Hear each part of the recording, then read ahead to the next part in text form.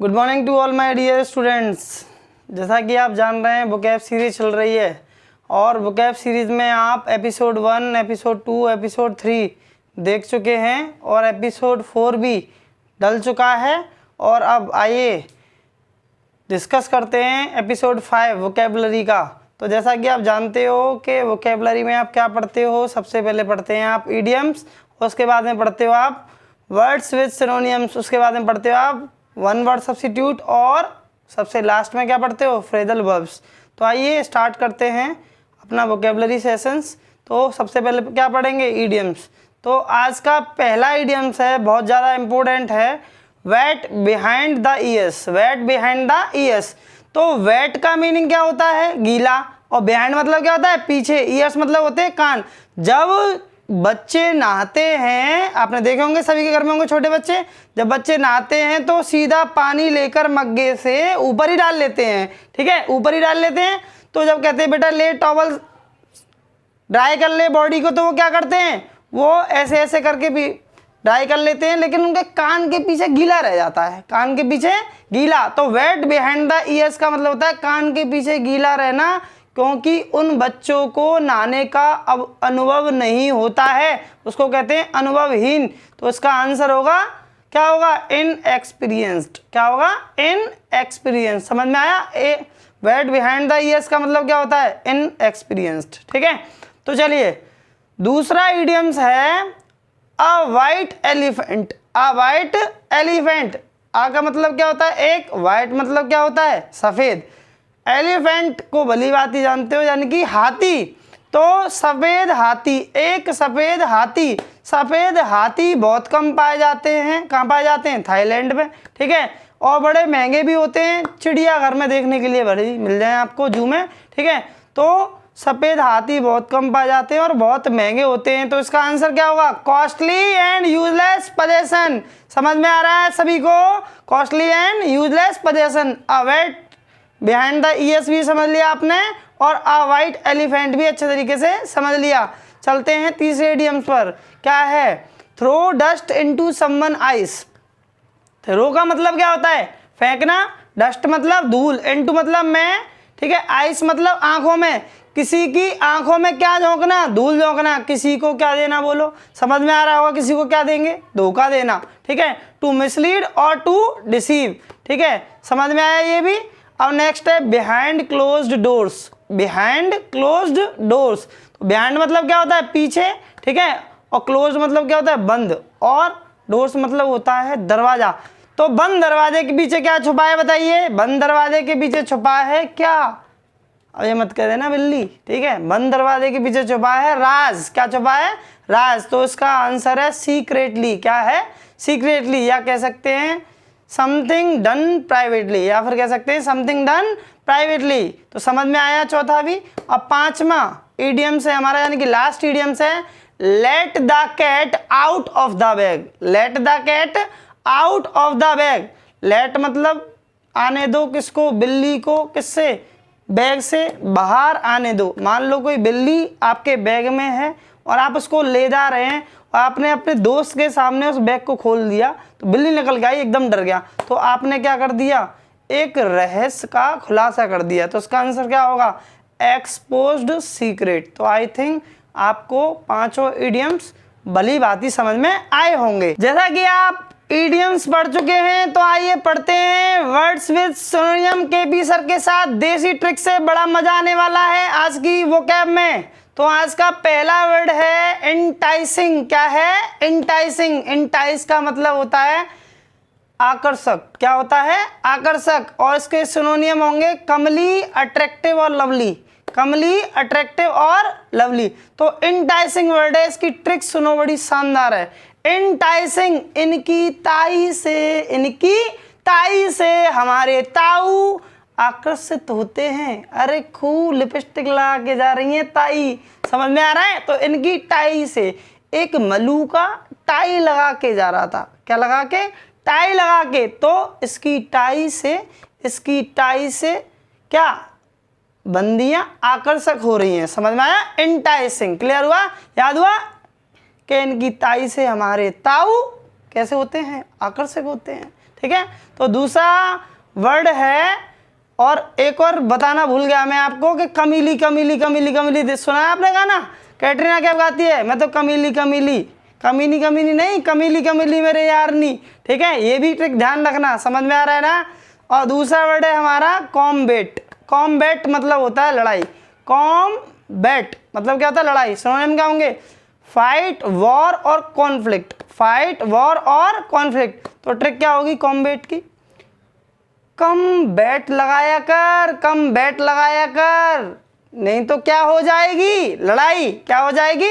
लड़ाई हो जाएगी। कम बात करा कर, कम बात करा कर, नहीं तो लड़ाई हो जाएगी, खोपड़ी फाड़ देगा तेरी वो, ठीक है। समझ में आ रहा है कि कम बात किया कर, क्या हो जाएगी? लड़ाई हो जाएगी, वॉर हो जाएगा, बैटल हो जाएगा, फाइट हो जाएगी, कन्फ्लिक्ट हो जाएगा।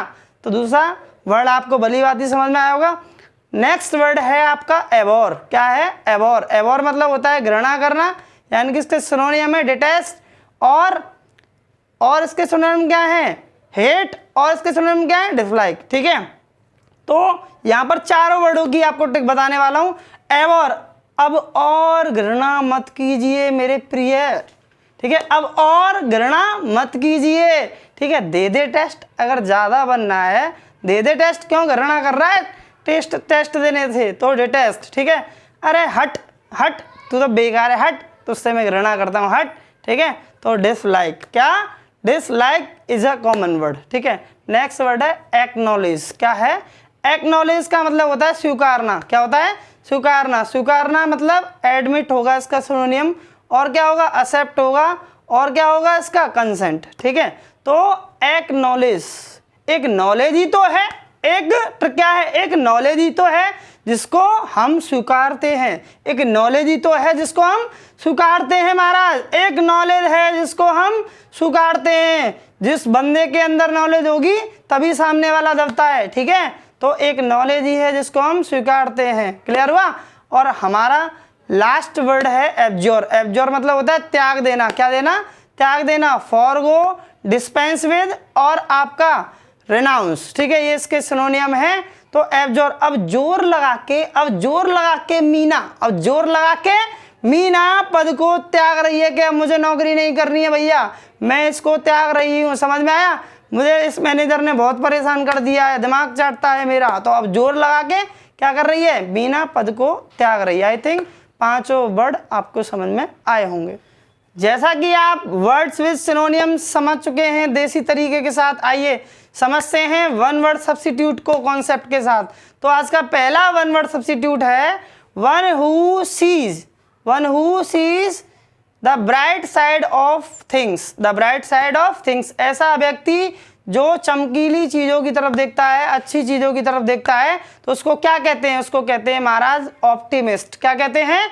ऑप्टिमिस्ट। तो जिस वर्ड के पीछे IST लगा हो तो उसका मतलब होता है वन हु। ये पहले भी बता चुका हूं मैं आपको, तो समझ में आया। और दूसरा है हमारा वन हु सीज।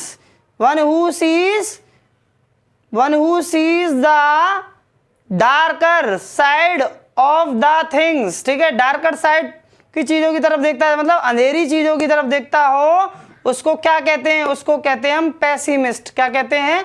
पैसिमिस्ट। मतलब आप अगर कहना चाहें तो ऑप्टिमिस्ट का एंटोनियम हो सकता है पैसिमिस्ट, निराशावादी। ऑप्टिमिस्ट होता है आशावादी। तो समझ में आ रहा सभी को?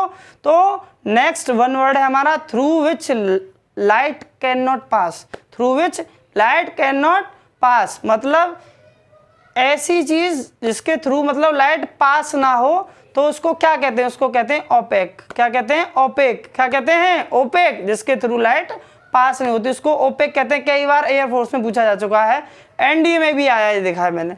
और नेक्स्ट हमारा वन वर्ड सब्स्टिट्यूट है an object through which light can pass. जिसके थ्रू लाइट पास हो जाती है तो उसको क्या कहते हैं? उसको कहते हैं ट्रांसपेरेंट। बोलो क्या कहते हैं?